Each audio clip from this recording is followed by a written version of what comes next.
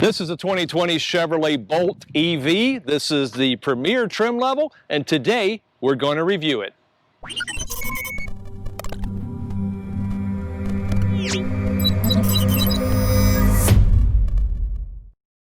Today we're working with our friends at Mankato Motors Chevrolet in Mankato, Minnesota. Hey folks, I'm Rob. And I'm Nathan. And we are Two Guys in a Ride. Say, hey Nate, what are we taking a look at today? Hey, today folks, we got a treat again. Today we are taking a look at the 2020 Chevy Bolt EV wagon, and it happens to be in the premier trim. That's right. But say, before we do, if you want to keep up to date with all the new cars, trucks, and SUVs, and you want to know how to use all the technology and gizmos that are built into these new cars, plus you like cool collector car stories, take a moment to hit that subscribe button down below and ring that bell notification up above so you never miss a video. That's right. So, what do you say, Nate? Oh, let's go for a ride. An electric ride. All right, welcome to our detailed video on the driver's information screen and the infotainment screen and the digital rear view mirror. Okay, so to start with, you've got an 8-inch digital screen. It's fully digital. There's no analog gauge whatsoever. You have dummy lights on the right and dummy lights on the left. Now, let's take a look.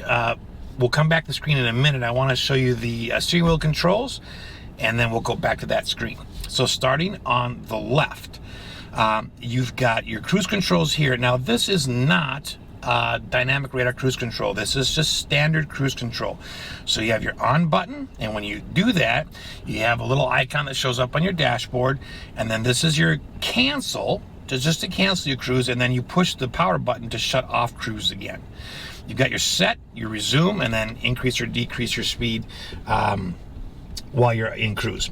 This one is your collision warning alert distance, and you can click that a couple times. There's 3 different settings, so it'll warn you earlier, sort of middle, and then right before you hit, I guess. Down here you have your lane keeping assist right here, and that's just a simple push on or off, and then you have your heated steering wheel button. On the back side of the steering wheel is where your regenerative button is. So if you use the accelerator and you're just in drive, and you take your foot off the accelerator, you can pull that button towards the steering wheel, and it will activate a generator in the motor, generate more electricity, and will also slow the car down. So you can save wear and tear on your brakes. Down below that, you've got 2 favorite buttons, so you can flip through your favorites on your radio or Sirius XM. And then over on the right, you got your voice command button, which will pass through to your phone if it's compatible. And so like on an Apple phone, then you could run Siri. You got a phone off, and you have a mute button for the audio. And then this is what we're going to use right here to control the driver's information screen. So you got 4 cursors plus a check mark. So let's go back to the driver's information screen. Basically, the way Chevy has it set up is this side is kind of like your gas gauge, right? It's the range of your battery. It gives you a max, gives you a minimum, and it's best estimate as to what you're actually going to do. Okay, be aware if you accelerate heavily, it chops the miles down. It's kind of like driving an old 4-barrel carburetor Lincoln down the road, you know, and you step on the gas, and you just kind of watch the gas gauge go. So that's what happens in here. Not that that's happened to us at all. And then in the middle is a lot of the information that you can manipulate. Okay, and then over here on the right is basically your charging area. It kind of shows you different graphics as to how your car's charging, your battery's charging. Down below, you've got your odometer, and then, you know, this emblem will just tell you that your car is ready. Your gear selector is right there. So using those 4 cursors, here we go. You notice that Chevy, I love it when they do this, they put arrows indicating what you can push. Notice there's no right arrow. If you push the right arrow, nothing's going to happen. So if you just kind of watch the dashboard carefully, you'll be able to tell what you can push. All right, starting with the middle spot, you've got your compass, your digital speedometer. In this case, we have a trip meter, but I've got an up arrow, a left arrow, and a down arrow. Now the left arrow says menu, so that's going to bring me up to a whole menu. I don't want that. Down here it says hold to reset. Well, I don't want to reset anything, so I'm going to click the top arrow, and we're going to go through a bunch of different screens here. Here we go. So that was trip we were on. Here's a blank screen. Don't want to see anything except for your speed and compass? There you go. Following distance, and I've seen this in a couple of cars now. It'll tell you how many seconds you are behind the car in front of you. So given that you should be 3 seconds behind, it's a great little tool. Hey, we'll go up again. You got a timer. In case you need to time how long it's taking you to get from point A to point B, which isn't real long if you put your foot down. Average speed. Click it again. Tire pressure. Now this does have a system on it where, and we've seen, I can't remember, I think it was on another Chevy, but if you leave the car running, let's say you have a low tire, leave the car running, close the driver's door, take the keys with you, and simply get an air hose, start airing up the tire. It will give you an audible and I suppose on the dashboard, a visual alert when the tire's at the right pressure.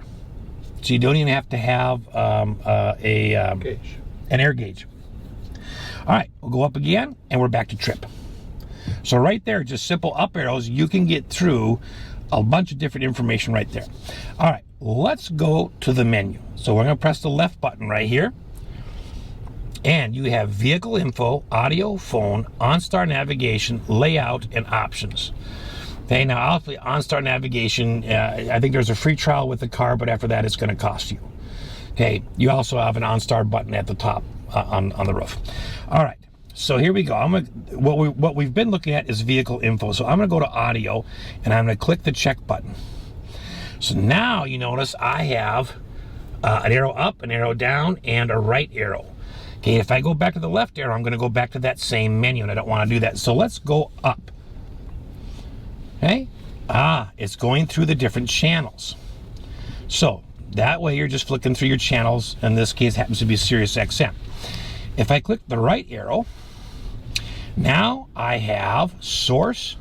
I can browse if I want. I can go to favorites. Okay. Now I pick the left arrow. You know, it says audio and it points left. So if I press the left arrow, it brings me back to my screen. Okay.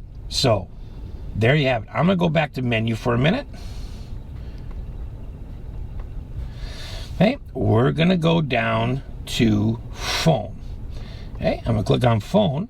My phone is connected, okay? So if I go to the right, I can have recent calls, contacts, or favorites. Okay, again, I click the left arrow as it shows up here to go back to my center screen. Okay, I'm gonna click one more left, one time again left to go back to my menu. I'm gonna go down to OnStar Navigation. Click the check mark. Okay, for now it's just going to show you a compass, but if you actually activate it on OnStar, then you could get your turn-by-turn directions right there. Okay, let's go back. Let's go to layout. Now in layout you have some things that you can change in the look here. Okay, so you have enhanced, modern, and classic. Okay, so you can pick the view you want, you like the best. You basically get the same information. You know, this one doesn't give you quite as much. Classic gives you more traditional looking gauges, but you can select what you would like.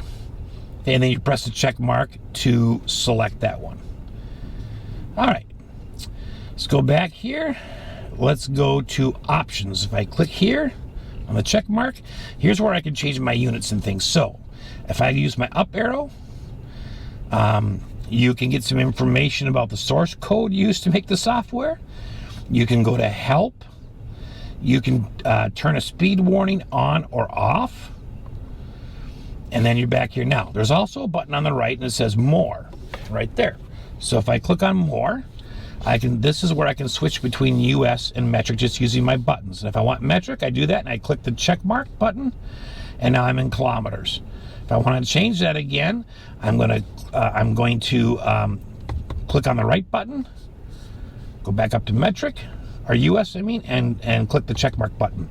Okay, now a couple of the other things. If I go up here, you notice there's more on help. So if I go to the right, I can get help on the classic setting, the modern setting, or the enhanced setting.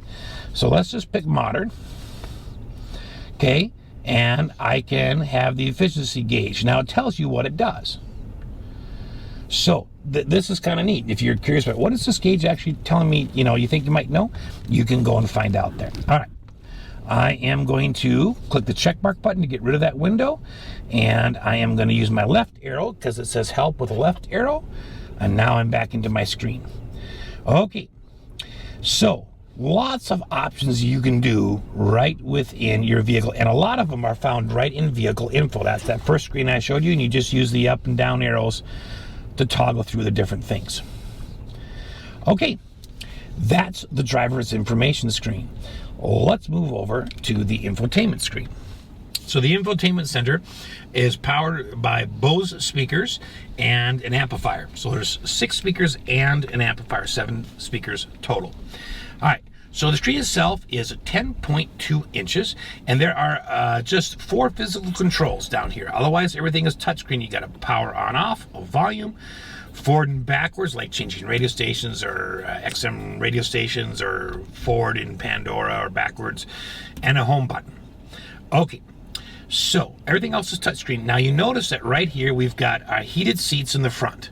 Okay, the rear seats are heated as well. Those door switches are, switches are in the doors. So it's 3-stage heated on both sides. You do have your temperature indicator, your fan speed, that your AC is on, your heat, your auto recirculatory, and whether the system is on or off.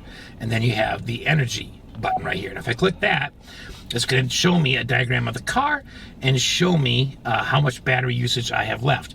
Every little single green piece you see here going, that direction is a unit of measure. How much, I don't know, but you can see we've used a few of them. But in all fairness, it wasn't full when we started.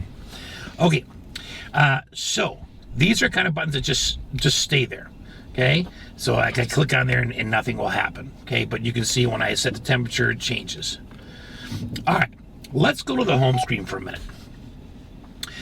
So the home screen gives you these screens. Now, you notice these little arrows in the corners? On any one of them, if I want to see it full screen, I just click on that, and all of a sudden, it's full screen, and I've got a clock. Here's your back button that's on the screen, or you can use the home key to go back home. Okay, there's also, let me finish this up here, and then I'll talk about the edit button. So this is the home screen. This button gives you the different apps right here.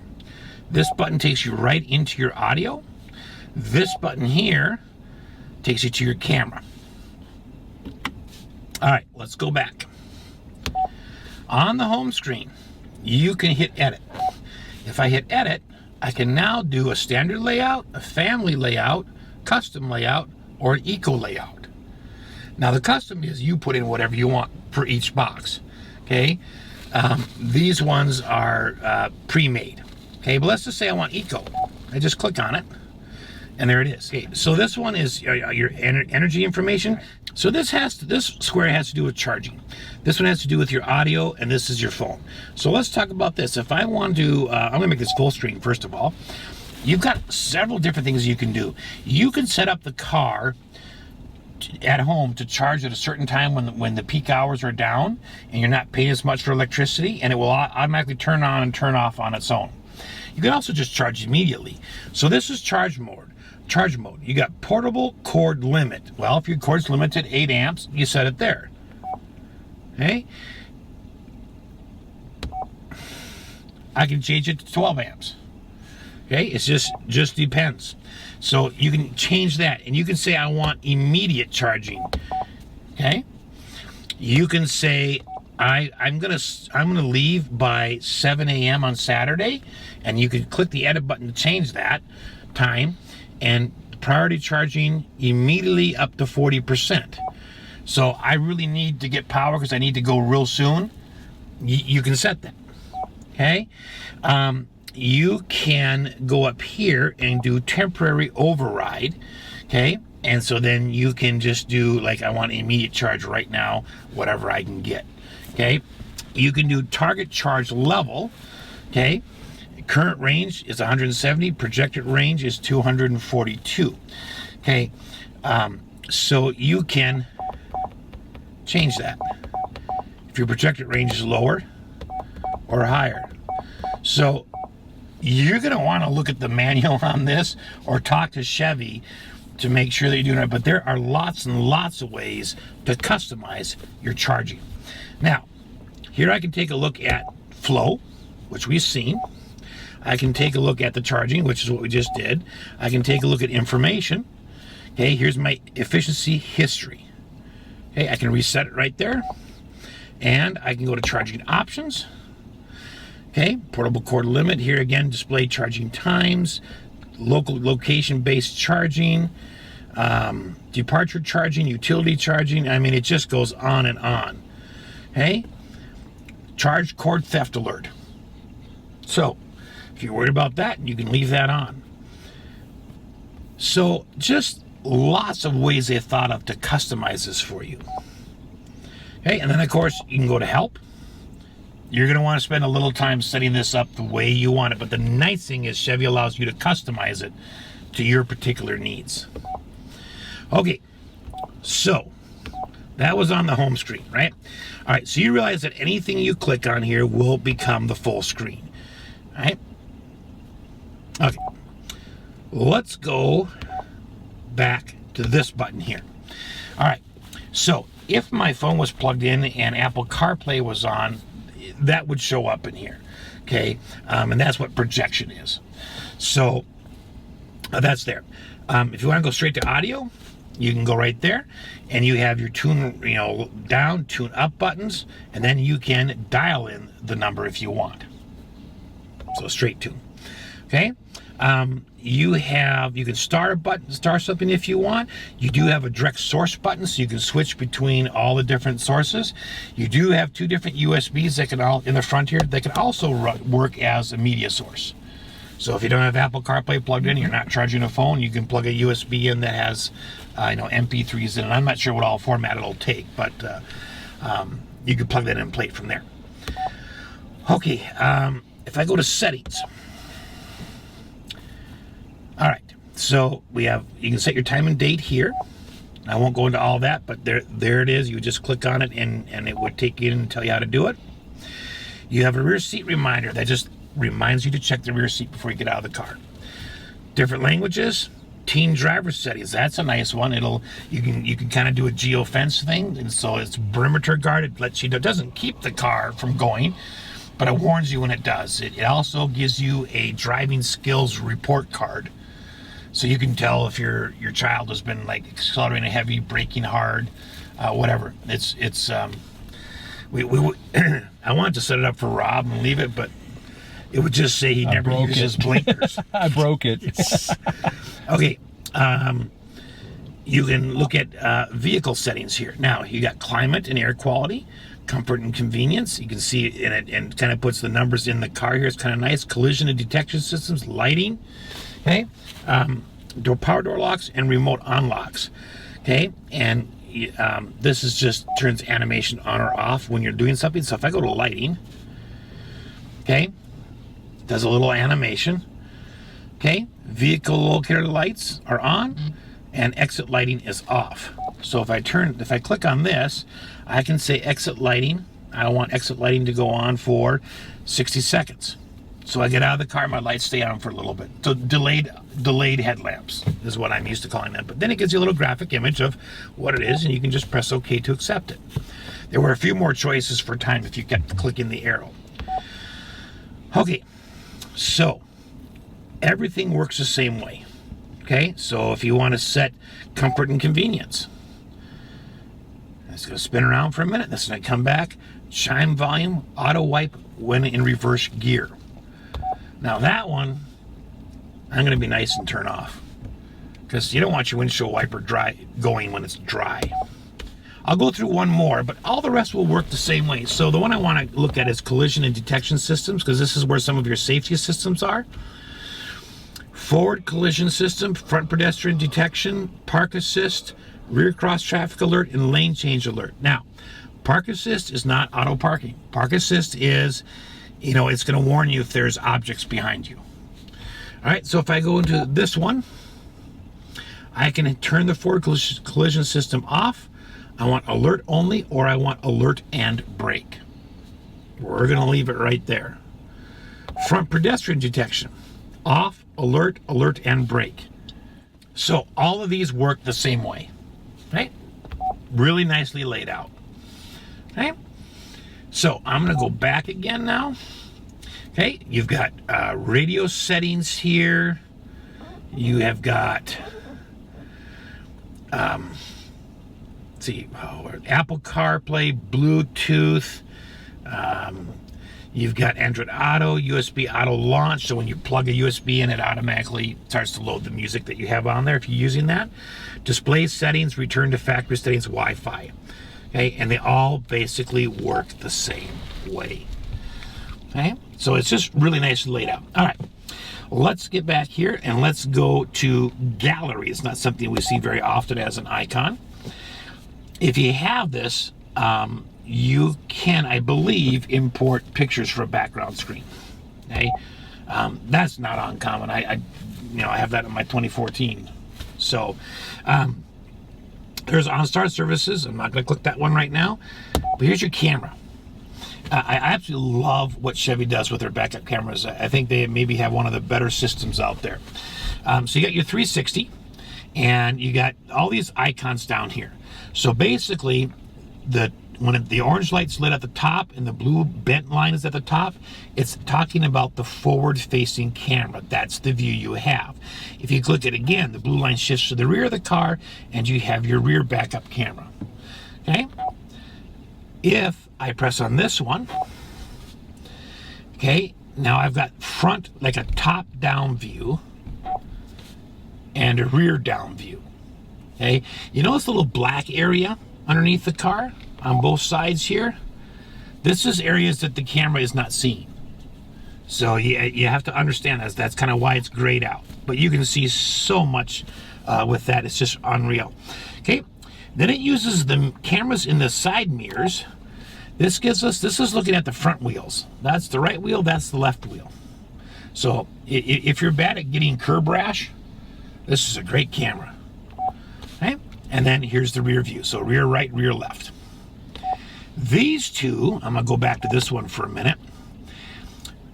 These two will turn on or off the guidelines and the bird's eye view.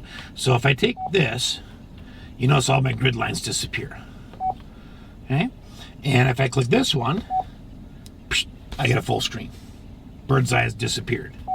So absolutely awesome. And when you're in this picture, by the way, this mode, press the home key to get back. There isn't a back button. So other than that, you've got your exterior temperature, you've got your time, and of course all of your Wi-Fi signal. This is 4G LTE capable. Your Bluetooth signal, or your Wi-Fi signal, excuse me, from your phone, that is. So you can see, without looking at your phone, what's my Wi-Fi signal, and then your Bluetooth signal as well. All right, so that covers the infotainment screen, and the last thing we're going to do is talk about the digital rear view mirror. So up here again, to activate it, you use the physical day-night switch.